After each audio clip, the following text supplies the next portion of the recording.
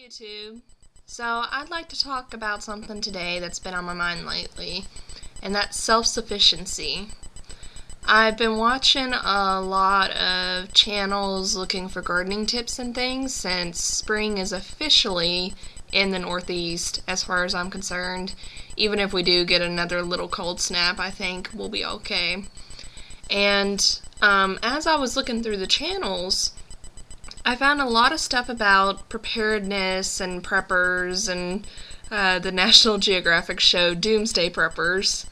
And while I think some of those people are absolutely batshit crazy, there are some really good tips for self-sufficiency, which I don't know if you guys know, but Sandy hit upstate New York really hard. Where we are, we went without power for close to 2 days, and that was really a wake-up call because I've never been without power that long.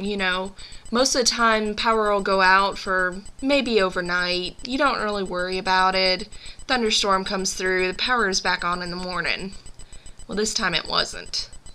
And I had to figure out how to save the food in our fridge, save the food in our freezer, and what the heck I was gonna cook. Because, no power, no coffee maker, no stove, no oven, no microwave, no, popcorn maker or anything. So I was really caught with basically my pants down because I didn't have any preparedness for the power going out. Turns out though, tip, if you've never worked with a gas stove, you could still use it when the power's out, as long as there's propane or natural gas or whatever you're using, you can light the pilot light. All it requires is a flame and turning the burner on. That being said, make sure when you're done using the stove that it's completely off, otherwise you're just leaking gas into your house, and your carbon monoxide alarm, unless you've got one on a battery, ours is actually plugged into the outlet. It's a super duper carbon monoxide alarm, and of course it didn't have any power, so it wouldn't go off if we had gas leaking. We do have a smoke alarm that's battery powered, so we'd be okay there if a fire started, but not if we were leaking carbon monoxide into the house. So with this concept of self-sufficiency, I've already, without even knowing, have kind of taken steps towards it with my interest in gardening that was piqued last year. I had my own raised bed garden in my backyard. The yield I got from it for beans and squash and tomatoes was ridiculous. I had 4 squash plants, 1 tomato plant, and a couple, I'd say I planted 6 or 8 beans, and I had enough to basically go out every other day and collect a handful of beans to cook for dinner. My mother had a larger garden for the purpose of preserving food, so I got to experience canning.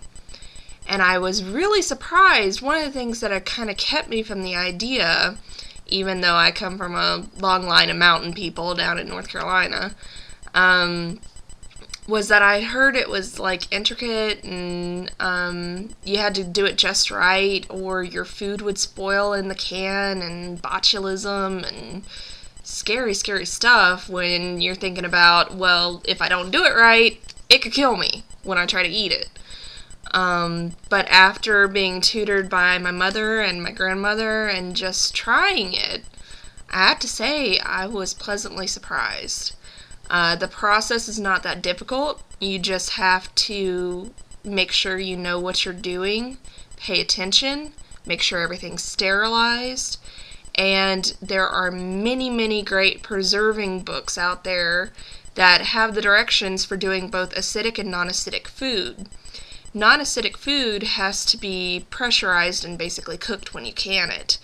Acidic food can just be canned as long as the seal is good, you're good.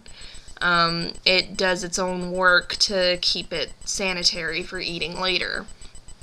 That being said, that's about all I've done towards self-sufficiency, and we are currently in a rental, so there's not much I can do on the preparedness side of prepping the home for disaster, but I can work on my food storage, make sure I have alternative means for heating if the power were to go out in the dead of winter. After being up here for winter, I've definitely decided we need some sort of heating alternate source, because if the power were to go out 2 or 3 days in the middle of winter, if we got a really bad blizzard or something, we'd be popsicles. So that's something I need to look into, as well as a power generator or an alternative method for storing my food, because when the power went out when Sandy hit, we lost everything in the fridge and freezer. We basically woke up, realized the power wasn't back on, ran out to Walmart and got a cooler. We stuck all the food in, but by then, the temperature was too high, and sitting out in the cooler with even the bag of ice we added still didn't save most of the food. There were maybe orange juice and Parmesan cheese, and a couple of the frozen pizzas made it. That was about it. So we lost probably $150 worth of groceries just between the fridge and freezer. But so that's kind of my thought process behind this, is I'm not going to prep for Armageddon. Lord knows the world is turbulent, but I don't think everything's going to come to a head and end in the next 2 years or 5 years or even 20 years. So just to prepare myself for disaster, I've realized that I am definitely not there. And I come from a family that believes in being prepared, so I've got a lot of work to do. That being said, I will probably update my progress on my gardening, because I'm being a little more ambitious this year. We're going to do a spring, summer, and fall garden. So we're taking full advantage of the whole span of the season. Also be hitting up farmers markets once they open up in this area for getting enough goods to preserve. I don't think our garden's going to give us enough to eat and preserve, but it's definitely going to save us some money on grocery shopping. And if you guys don't know, you don't need a lot of space to yield enough to feed yourself. There are plenty of people all across the world that do container gardening. You just need a nice sunny area that's not going to freeze, a way to water your plants, and something to put the dirt in, and fertilizer. Potted plants do require quite a bit of fertilization because the only nutrients they get is from the soil in your pot. And fruiting plants and vegetables require more soil nutrients as the fruits and the vegetables grow. If you want them to be edible and you want them to be productive, they need to be fertilized, because they'll use up the soil nutrients in a pod probably within a month, maybe 2. And then they just look kind of spindly and sad. So I'll probably definitely be keeping track of the garden this year. I will also keep track of some of the prepper stuff that I've been looking at as far as food storage. I've discovered Mylar bags that a lot of people seem to be using to store dry goods in.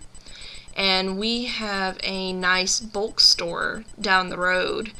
And one of the reasons I haven't been really purchasing anything there is because what am I going to do with a 25-pound bag of flour? I mean, seriously, what am I going to do with the 25 bag of flour? By the time I'm ready to use it all, it would be like a year from now. Like, if theoretically I baked a loaf of bread a week, a 25-pound bag of flour, even if I made pies and cakes and stuff during the holidays, at least 8 months to go through. And no bag of flour is going to last that long. Between the moisture in the air, the possibility of rodents and insects and infestation, plus just found out that flour already has insect eggs in it, when you buy it, and there's nothing you can do about it because that's just, they sneak in there during processing. There are steps you can take to neutralize the eggs that are already in the flour that you buy, and that's for flour you get anywhere, even if you do your own, which I will talk more about that later once I tackle the bulk flour and, storing it and everything. So I'll be going over more of that later, as well as some recipes that I'm looking into if the power goes out. And like I said, my gas stove works when the power's out, so I'm looking into ways to utilize that. And recipes that can be stovetop, things you would normally cook in an oven or something, that you can actually cook on the stovetop. It may take a little bit more work, but the recipes I've tried so far work.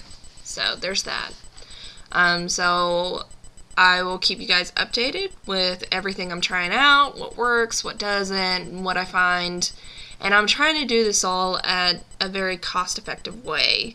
Because let's face it, most of us don't have a lot of money to be like, oh, I'm going to go out and buy 14 camping supplies this week, and next week I'm going to buy all these Mylar bags and a whole bunch of flour and a whole bunch of rice, and while I'm at it, why don't I build myself a greenhouse? Most of us don't have that kind of cash laying around. So I'm going to try to slowly incorporate these things, basically with my weekly shopping run anyway, and do the most cost-effective way to prepare myself for disaster without going overboard. So we'll keep track of that, and then if you guys haven't even thought about being prepared for a disaster, if you have, I'm basically, my fiance and I are by ourselves, but my best friend's recently had a baby, and so she now has to plan for her family. And I would highly recommend, if you have a family and you do not have any sort of disaster prep at all, start thinking about it. Look into it. Google resources, or, traipse through YouTube like I've been doing for 2 days. There are a lot of tips out there. There's a lot of information out there completely free of how to prepare yourself and your loved ones for disaster. I'm not saying prep for Armageddon. I'm just saying if something like Sandy, which New York City had never seen a major hurricane, at least I don't think so. If I'm wrong, you information people let me know. But as far as I know, in U.S. written history, New York City has never seen a hurricane of that level. And it left a lot of people with their pants down, because who would have thought? Even when the U.S. Was tracking the storm, they were like, oh, it's going to roll off the northeast coast and go back out to sea. Well, it didn't. It turned the other way. And a lot of people were not prepared. People in Florida, they live with hurricanes every year. They have their disaster plan set up. They have their storage. They have supplies. They're good to go. So if you're in an area where you're like, well, no natural disasters come through here, we don't have tornadoes, earthquakes, hurricanes, whatever, still prepare, because you just never know. So with that little bit of pessimism, I'm going to leave you today and keep you updated on how the garden and prepping stuff is going. And if you guys have any tips, if there's preppers out there that are, have the experience, I would love to hear your opinions and your suggestions. And we'll make full use of the warm season and see how we're doing with our self-sufficiency steps in a little bit.